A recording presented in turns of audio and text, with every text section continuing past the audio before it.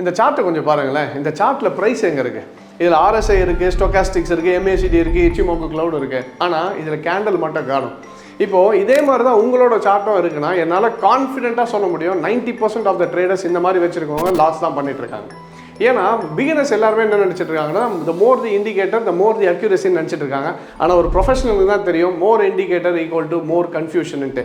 So இந்த வீடியோவில் நான் ஏன் இண்டிகேட்டர் யூஸ் பண்ணுறதை ஸ்டாப் பண்ணிட்டேன்றதை பற்றி தான் டீட்டெயிலாக பார்க்க போகிறோம். So this is Kishore, founder and CEO of tradeachievers. வாங்க வீடியோக்குள்ள போகலாம். Indicator is for indication, it's not for confirmation. இந்த மந்த்ராவை மட்டும் மைண்டில் வச்சுக்கோங்க. நிறைய பேர் இண்டிகேட்டரில் பண்ணுற தப்பே வந்து அது கொடுக்குற இண்டிகேஷனை வந்து கன்ஃபர்மேஷன் நினச்சிட்டு ட்ரேட் பண்ணுறதுனால தான் லாஸ் பண்ணிட்டு இருக்காங்க. இப்போ ஒரு சின்ன ஸ்டோரி சொல்கிறேன் நான். ஸோ ஒரு 15 இயர்ஸுக்கு முன்னாடி நான் ஒரு ப்ரோக்கிங் ஆஃபீஸ் போகிறேன். அங்கே ப்ரோக்கிங் ஆஃபீஸில் இப்போ இருக்கிற மாதிரிலாம் இல்லை. முன்னாடிலாம் வந்து ப்ரோக்கிங் ஆஃபீஸில் நிறைய ட்ரேடர்ஸ் அங்கேயே உட்காந்து உங்களுக்கு ஆப்ரேட்டர் இருப்பார், அவர்கிட்ட ஆர்டர் சொல்லுவாங்க, எல்லாருமே அவர் தான் ட்ரேட்ஸ் எக்ஸிக்யூட் பண்ணுவாங்க. ஸோ அந்த மாதிரி சுச்சுவேஷனில் நான் உள்ளே போகிறேன். உள்ளே போய் பார்க்கும்போது என்ன இருக்குன்னா பெரிய பெரிய ஸ்க்ரீன்ஸ் வச்சுருக்காங்க. அந்த ஸ்க்ரீன்ஸில் பார்த்தீங்கன்னா சார்ட் இருக்குது. அந்த சார்ட்டில் வந்து MCXயில் ட்ரேட் பண்ணிகிட்டு இருக்காங்க. ஃபுல்லாக இண்டிகேட்டர்ஸ் போட்டிருக்கு. அந்த இண்டிகேட்டர் ஏதோ ஒரு இண்டிகேட்டர் பேர் எனக்கு சரியாக தெரியல. அந்த இண்டிகேட்டர் எப்படி இருக்குன்னு பார்த்தீங்கன்னா 3, 2, 1 அப்படின்னு ஒரு நம்பர்ஸ் மட்டும் வரும். 3னா ஒரு எல்லோ கலரில் பெருசாக 3 அப்படின்னு வரும். 1னா ஒரு ரெட் கலரில் வரும். ஸோ இந்த இண்டிகேட்டரை வச்சு நிறைய பேர் ட்ரேட் பண்ணிட்டு இருந்தாங்க. சரி என்னடா இது அப்படின்னு பார்க்கலாமேட்டு நானும் அதை உட்காந்து பார்த்துட்ருக்கேன். அது பார்க்கும்போது தான் தெரியுது. அதை கேட்குறேன் நான், சார் இந்த இண்டிகேட்டர் என்ன யூஸ் பண்ணுறீங்கன்னா, சார் இதில் 3 போட்டால் செல் பண்ணோம், 1 வந்துச்சுன்னா இண்டிகேட்டர் 1 போட்டுச்சுன்னா உடனே பை பண்ணிடணும், மார்க்கெட் அங்கேருந்து ஏற போகுது, கீழே வந்தால் 1 வரும், மேலேனா செல்லுனா 3 வரும். சரி ஓகே அப்படின்ட்டு நான் லைவாக மார்க்கெட்டில் பார்த்துட்ருக்கேன். மார்க்கெட்டில் 3 வருது, 3ன்ற நம்பர் வருது. உடனே எல்லாரும் ஆப்ரேட்டருக்கு போய் செல்லுன்றாங்க. செல் பண்ணிட்டாங்க. ஆனால் மார்க்கெட் என்ன ஆகுது, கொஞ்சம் கொஞ்சமாக திருப்பி மேலே ஏற ஆரம்பிச்சு எல்லாருக்குமே படப்படப்பாகுது. அந்த என்னடா இது மார்க்கெட் ஏறிட்டே போகுது, செல்லு தானே ஆகும் அப்படின்னு பார்த்தா மேலே ஏறிட்டே போகுது. கொஞ்ச நேரம் கழிச்சு பார்த்தீங்கன்னா அங்கே இவங்க இது போட்டதுலேருந்து போய் ஸ்டாப் லாஸ் அடிச்சுட்டு அங்கேருந்து இறங்குது. எல்லாம் ஸ்டாப் லாஸ் அடிச்சு என்னடா இது அப்படின்னு உட்காந்து யோசிச்சுக்கும் போது சரி திருப்பி வந்து சார்ட்டை பார்க்குறாங்க. சார்ட்டை பார்த்தா தான் தெரியுது இந்த 3 வந்து இப்போ ஒரு 100 ரூபாயில் 3 அந்த இண்டிகேஷன் வந்தது, 110 போயிட்டு திருப்பி 100க்கு வருதுன்னு வச்சுக்கோங்க. இப்போ அந்த 3 அங்கே 100ல் போட்டதே காணாமல் போயிடுச்சு. இப்போ எங்கே போயிடுச்சுன்னு பார்த்தீங்கன்னா 110ல் தான் 3 வந்த மாதிரி அது காட்டுது. ஸோ இதுதான் ரீபெயிண்டட் இண்டிகேட்டர்ஸ்ன்னு சொல்லுவாங்க. அப்போது ஒரு இடத்துல உங்களுக்கு காட்டும் செல்லுன்ட்டு, அதுக்கப்புறம் மார்க்கெட் செல் ஆகிட்டு எங்கேருந்து திருப்பி கீழே விழுதோ அந்த இடத்துல ரீபெயிண்ட் பண்ணி அது உட்காந்துக்கும். அதே மாதிரி கீழே பை காட்டும், இன்னும் கீழே இறங்கிடுச்சுன்னா மறுபடியும் என்ன பண்ணோம், மார்க்கெட்டு அந்த இடத்துலேருந்து 1 கீழே போயிட்டு அங்கேருந்து பைன்னு காட்டிக்கும். ஆனால் இந்த இண்டிகேட்டர் விற்கிறவர் என்ன பண்ணுவார்னு பார்த்தீங்கன்னா எண்ட் ஆஃப் த டே ரிப்போர்ட்டை காட்டுவார். அந்த ரிப்போர்ட்டில் என்ன இருக்குன்னா கரெக்டாக டாப்பில் 3யும் பாட்டமில் 1ம் அந்த இடத்துலலாம் நீங்கள் பையை செல்லு பண்ணியிருந்தீங்கன்னா ப்ராஃபிட் பண்ணிடலாம் அப்படின்ற மாதிரி சொல்லுவார். இதை பார்த்து தான் பல பேர் போயிட்டு 500 ரூபாய்க்கும் 250 ரூபாய்க்கும் 1000 ரூபாய்க்கும் இந்த இண்டிகேட்டர் வாங்கி ட்ரேட் பண்ணுறன்ற பேரில் லாஸ் பண்ணிகிட்டே இருந்தாங்க. So these are call repainted indicators. So முதல்ல நல்லா ஒன்று புரிஞ்சுக்கோங்க, ஒரு இண்டிகேட்டர் நமக்கு ப்ராஃபிட் தர முடியும்னா கோல்ட்மேன் சாக்ஸு, சாக்ஸோ பேங்க்கு, JP மார்கன் இந்த மாதிரி பெரிய பெரிய இன்ஸ்டிடியூஷனல் இன்வெஸ்டர்ஸ் எல்லாமே அந்த ஒரு இண்டிகேட்டர் மட்டும் எடுத்துகிட்டு இந்த ஒரு 10,000 பேர் 20,000 பேரை வச்சு ட்ரேடிங் ஃப்ளோரை போட்டு அவங்களுக்கு ட்ரைனிங்கை கொடுத்து அவங்கள ட்ரேடராக மாற்றி அவங்களுக்கு ஃபண்டை கொடுத்து ட்ரேட் பண்ண வைக்கிறதுக்கு இவங்க எல்லாரையும் வீட்டுக்கு அனுப்பிச்சிட்டு வெறும் இந்த ஒரு இண்டிகேட்டரை வச்சு ட்ரேட் பண்ணுற முடியாதா? ஏன் அதை பண்ணுறதில்ல? ஸோ நல்லா ஒன்று புரிஞ்சுக்கோங்க. நம்ம நினச்சிட்டு இருக்கோம் இண்டிகேட்டர்லாம் புதுசாக யாரோ க்ரியேட் பண்ணுறாங்க. முக்கால்வாசி நிறைய இண்டிகேட்டர்ஸை இன்ஸ்டிடியூஷன்ஸே க்ரியேட் பண்ணி வெளியே விடுவாங்க. எதுக்குன்னா to confuse the retail traders.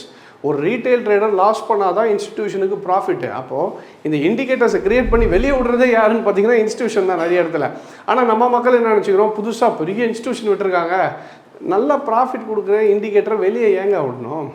நீங்கள் ப்ராஃபிட் பண்ணுறதுல அவருக்கு என்ன லாபம்? நீங்கள் லாஸ் பண்ணால் தான் ஒரு இன்ஸ்டிடியூஷனுக்கு ப்ராஃபிட்டு. ஸோ இந்த மாதிரி இண்டிகேட்டர்ஸை ரெடி பண்ணி வெளியே விட்டுருவாங்க. வெளியே விட்டோடனே நம்மளால என்ன பண்ணுறது, குடுக்குன்னு ஓடி போய்ட்டு இவ்வளோ பெரிய இன்ஸ்டிடியூஷனே இந்த இண்டிகேட்டர் தான் யூஸ் பண்ணாங்களாம் அப்படின்னு சொல்லி நம்ம ட்ரேட் பண்ணி நம்ம லாஸ் பண்ணும்போது they will be making profits. So that is why இதனால தான் நான் வந்து இண்டிகேட்டர் யூஸ் பண்ணுறதே ஸ்டாப் பண்ணேன். அதுக்கப்புறம் தான் என்ன புரிஞ்சதுன்னா இண்டிகேட்டரை வச்சு நம்ம ப்ராஃபிட் பண்ண முடியாதுன்னு பிறகு தான் தென் ஐ ஸ்டார்டட் அனலைசிங் சார்ட்ஸ். 15 இயர்ஸ்க்கு முன்னாடி இதெல்லாம் பார்த்துட்ட பிறகு தான் நான் என்ன முடிவு பண்ணேன்னா, சரி அப்போ ஏதோ ஒன்று இருக்குது, இதை நம்ம கற்றுக்கணும்னு சொல்லிட்டு 15 இயர்ஸ்க்கு முன்னாடி சார்ட்டை அனலைஸ் பண்ண ஆரம்பித்தேன். சார்ட்டில் சப்போர்ட் ரெசிஸ்டன்ஸாக இருக்கட்டும், இல்லை ஒரு ட்ரெண்ட் லைனாக இருக்கட்டும், ஃபிபனாச்சியாக இருக்கட்டும், இந்த மாதிரி கான்செப்ட்ஸ் எல்லாம் அனலைஸ் பண்ண ஆரம்பிச்சு ப்ரைஸ் ஆக்ஷனில் எப்படி மார்க்கெட் ஒர்க் ஆகுதுன்னு ஸ்டெப் பை ஸ்டெப்பாக பார்க்கும்போது தான் ஒரு இது புரிஞ்சுது, மார்க்கெட்டில் ப்ரைஸ் ஆக்ஷன் தான் ஒர்க் ஆகுது அப்படின்ட்டு. ஸோ இப்போ நான் உங்களுக்கு என்ன பண்ணுறேன்னா சில எக்ஸாம்பிள்ஸ் காட்டுறேன்.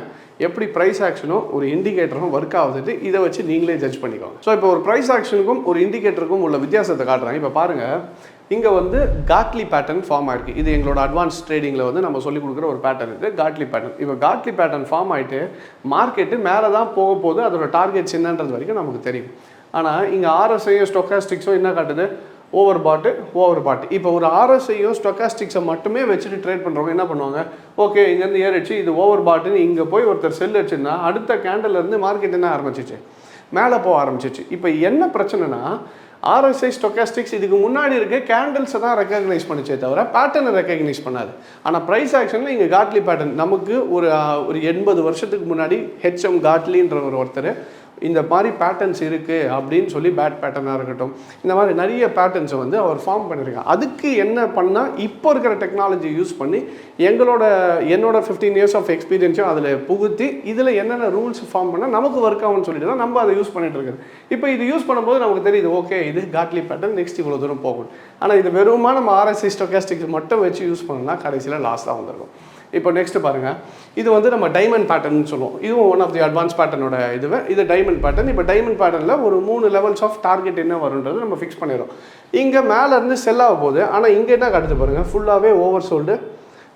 இப்போ மேலேருந்தே ஒருத்தர் ஓவர் சோல்டுன்னு பையின்னு கை நீட்டு வந்துட்டே இருந்தாருன்னா கடைசியில் மொத்தமாக லாஸ் தான் இருக்கும். ஸோ அப்போ first thing is we have to understand price action. முதல்ல மார்க்கெட்டில் என்னென்ன ப்ரைஸ் ஆக்ஷன், என்னென்ன உங்களுக்கு பேட்டர்ன்ஸ் இருக்குன்றது நமக்கு தெரிஞ்சால் தான் இது வந்து ஜஸ்ட் ஒரு இண்டிகேஷன். இப்போ எனக்கு பாட்டமில் வந்துடுச்சு. இப்போ இந்த இண்டிகேட்டர் என்ன சொல்லுது? இங்கேயும் வந்து ஓவர் சோல்டு தான் காமிச்சிருக்கு, இங்கேருந்தே ஓவர் சோல்டு தான் காமிச்சிருக்கு. இப்போ இந்த இடத்துல ஓவர் சோல்டு. ஆனால் இந்த பேட்டர்னோட கம்ப்ளீஷனில் மார்க்கெட் திரும்ப போகுதுன்னு தெரிஞ்ச பிறகு இண்டிகேட்டரும் கூட சேர்க்கும் போது இண்டிகேஷனில் எனக்கு இன்னும் ஸ்ட்ராங் சப்போர்ட்டாக இருக்குமே தவிர இது ஒரு மெயின் டிஷ்ஷுக்கு சைட் டிஷ் தான், மெயின் டிஷ் கிடையாது. அதை புரிஞ்சுக்கோங்க. இப்போ அடுத்தது பார்த்தீங்கன்னா நமக்கு இங்கே வந்து பெனண்ட் அப்படின்னு ஒரு ஃபார்மேஷன் இருக்குது. பெனண்ட் ஃபார்மேஷன் முடிச்சுட்டு மார்க்கெட் கீழே வரப்போகுது. ஆனால் மார்க்கெட் என்ன பண்ணிச்சு, இங்கே வந்து ஆர்எஸ்ஐயும் ஸ்டொக்காஸ்டிக்ஸும் உங்களுக்கு ஓவர் சோல்டுன்னு கீழே போயிட்டே இருக்குது. இப்போ ஒரு நார்மல் ரீட்டைல் ட்ரேடரு எதுவுமே தெரியாமல் வெறும் இதை மட்டுமே இண்டிகேஷன் இருக்குது, கீழே வந்தால் பை பண்ணுப்பா, மேலே வந்தால் செல் பண்ணுப்பான்னு சொன்னால் என்ன ஆகும்? லாஸ் பண்ணிகிட்டே தான் இருப்பான். அடுத்தது பார்த்திங்கன்னா இது வந்து நம்ம we call it as wedge பேட்டர்ன்னு சொல்லுவோம். இப்போ அந்த வெஜ் பேட்டர்னு ஃபார்ம் ஆகிடுச்சு, பிரேக் அவுட் ஆகிடுச்சுன்னா டார்கெட் இவ்வளோ வருன்றதும் நமக்கு தெரிஞ்சிடும். ஆனால் இங்கே என்ன கொடுத்துச்சு, மேலேயும் உங்களுக்கு இது பிரேக் அவுட் ஆன உடனே ஓவர் சோல்டு பொசிஷனுக்கு ஆர்எஸ்ஐயும் ஸ்டொக்காஸ்டிக்ஸும் போயிடுச்சு. 2 கன்ஃபர்மேஷன் அடி பையன்வா அடிச்ச பிறகு தான் மார்க்கெட் என்ன ஆகும், மார்க்கெட் மொத்தமாக கீழே வந்துட்டே இருக்கு. ஸோ இதுக்கு எல்லாத்துக்குமே ப்ராப்ளம் என்னன்னு பார்த்தீங்கன்னா, ப்ரைஸை ப்ராப்பராக ப்ரிடிக்ட் பண்ணாமல் வெறும் இண்டிகேட்டரை மட்டுமே வச்சு ட்ரேட் பண்ணுறது தான். ஸோ ஃபஸ்ட்டு திங் இஸ் ஒரு மார்க்கெட்டில் ப்ரைஸ் என்ன சொல்ல வருதுன்றதை நம்ம புரிஞ்சுக்கணும்.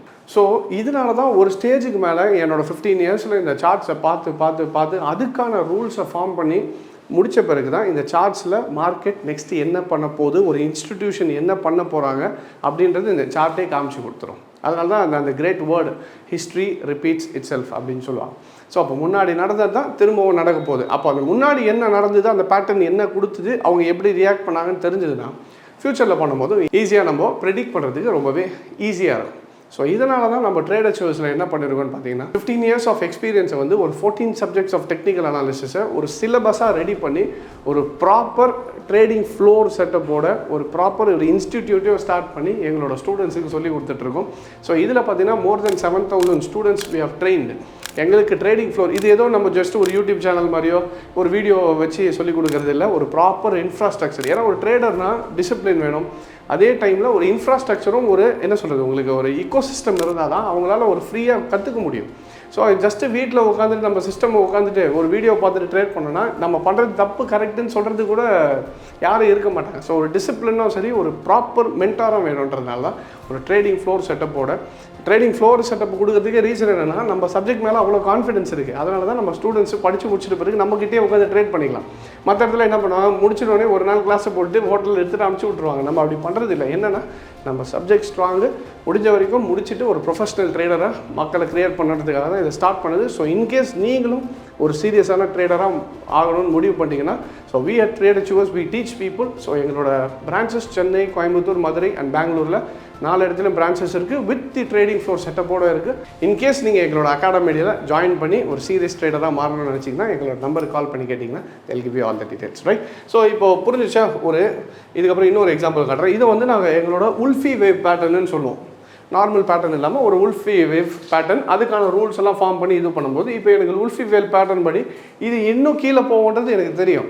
ஆனால் மார்க்கெட் என்ன ஆகுது, ஓவர் சோல்டுன்னு காமிச்சு இங்கே வந்து ஓகே இங்கே டபுள் பாட்டம் வந்துடுச்சு, இப்போ பை பண்ணலான்னு முடிவு பண்ணுறாங்க. ஆனால் இங்கே உல்ஃபி வேவ் பொறுத்த வரைக்கும் இன்னும் டார்கெட்டு கீழே எக்ஸ்டெண்ட் ஆகி போகும். ஸோ இந்த மாதிரி விஷயங்களை தான் நம்ம ரூல்ஸாக ஃபார்ம் பண்ணி we are trying to teach and we are trying to trade. So இந்த மாதிரி ப்ரைஸ் ஆக்ஷனை வச்சு ட்ரேட் பண்ணால் தான் லாங் டேர்மில் you can be a successful trader. Alright. So just ஒரு இண்டிகேட்டரை மட்டுமே நம்பி இனிமேல் ட்ரேட் பண்ணாதீங்க. முடிஞ்சால் எனக்காக ஒரு விஷயம் பண்ணுங்கள், அட்லீஸ்ட் 10 இண்டிகேட்டர் வச்சுருக்கீங்கன்னா இந்த வீடியோக்கு அப்புறம் ஒரு இண்டிகேட்டரோ 2 இண்டிகேட்டரோ கம்மி பண்ணிவிட்டு 2 ப்ரைஸ் ஆக்ஷனு என்ன பண்ணலான்றதை யோசிச்சு ஸ்டார்ட் பண்ணுங்கள். Make yourself a successful trader in the coming days. Alright. So I hope this video was useful and thank you very much for joining. Take care.